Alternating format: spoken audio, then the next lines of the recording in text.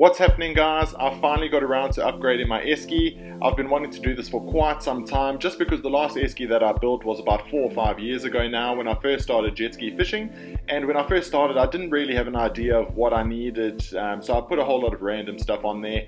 And now is a really good opportunity to go back to the drawing board, figure out the weight distribution around the Esky as well, and then make sure everything that I have on there is for a purpose. So I really like using the Ice Cool 56 litre Esky, as you can see there. I find it's a really good shape for the Yamaha FXHO. There are a lot of really good Esky building companies out there. So Rob from Fishski is probably the most well known. And if you are really looking at getting into it long term and having an Esky on the back for years and years to come, probably invest and get one of those. But this is a really good interim solution. I like using these because I can play around with the different angled rod holders and so on, and that's exactly what I'll show you throughout this video. I'm quite particular about the angles. I like the rod holders, what I want on there, so I figured it's just best to do it myself. So these rod holders were probably the biggest reason why I wanted to upgrade from the last Esky. On that last Esky, they were a little bit too upright for my liking, and when they are so upright, sometimes it plays havoc with the way that the lures actually work in the water, particularly on rough and windy days. So I ended up getting these really nicely presented wall mount stainless steel rod holders just off eBay, and then I got these really cool countersunk screw heads as well. So you can see there when I pop those screws in, it sits super flush against that mount, which is obviously really nice for the presentation of those rod holders. So I spent a fair bit of time trying to get this angle right, and obviously as you can see I popped the rod in the holder as well, just so I get an idea of where that line angle will be coming from.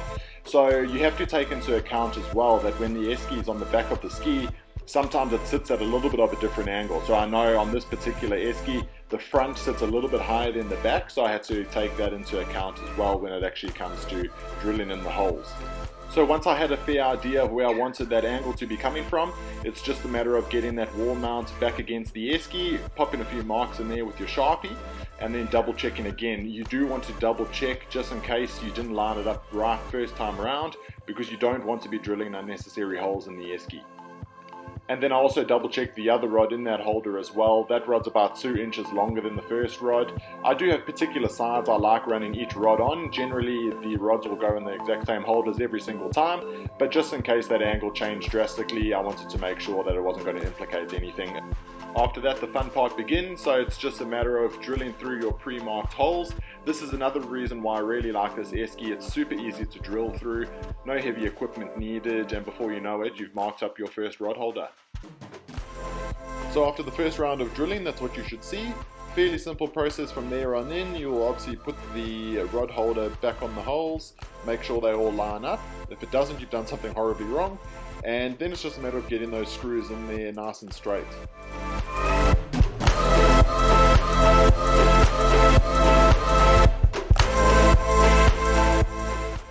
And then even at that point, I give it a bit of a yank, make sure it's stable on all 4 points. You actually realize how strong those screws hold in there, and that's not even with the washers on the back just yet. So that's what happens next. I pop the washers on the back, and then the nuts on top of those, and then obviously get it all nicely secured. And from this point, you'll see the inside. So pretty straight there. That top one's a little bit skewed, but that's not going to make much of a difference. So there is the end product once I've replicated both sides, and you see how big that spread is from a ski. So I mean, we haven't measured it yet, but that looks like about a 2-3 meter spread, and that is absolutely huge from a ski. I mean, that's probably the same as boats have. So very, very happy with that outcome. That's exactly what I wanted. Lures, baits, and lavias will be well apart from each other.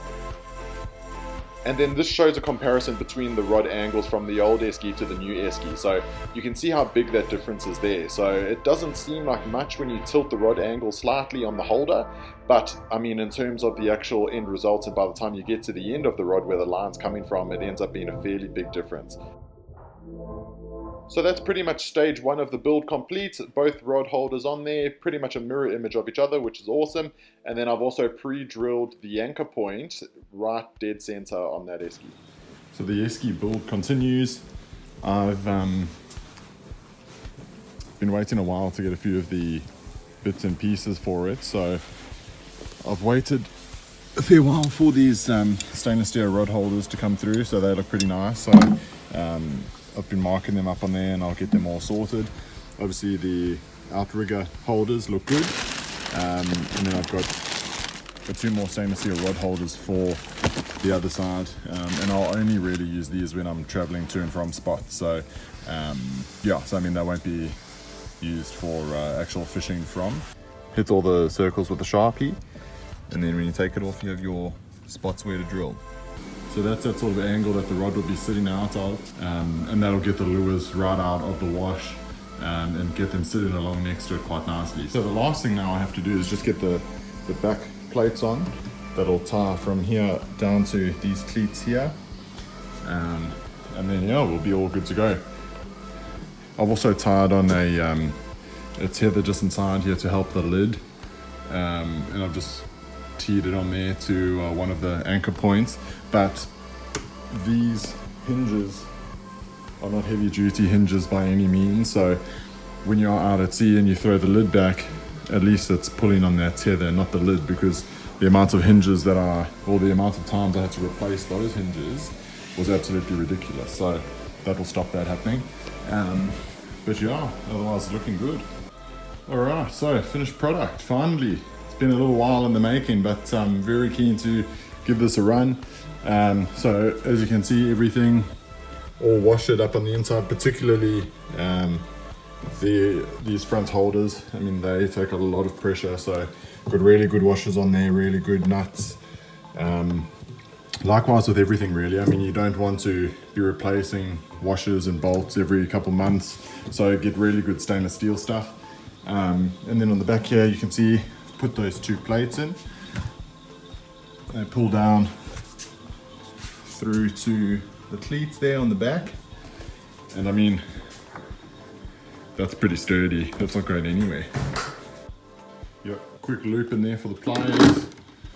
You want everything as convenient as possible with limited storage space. So see, like on that, I've just got the loop. On the last one, I had a full big white box that I never really used. You know, it won't make a massive difference, but things like that add extra weight to it. So I'm quite particular about what I like. So those rod holders nice and sturdy, those really sturdy. Nothing on the top at this stage. I might eventually pull some of those lateral rod holders out and put them on there, but I'll just see how we go. If I don't have to, I'm not going to. But yeah, so that's the new setup. Very keen to give that a go. So if you've just got a ski, or you're pretty keen to get into the whole ski thing, hopefully this video helps you put an Esky together. Yeah, I mean, over the years I found something like this will probably suit me really well. So obviously in the videos to come, you'll see how it goes.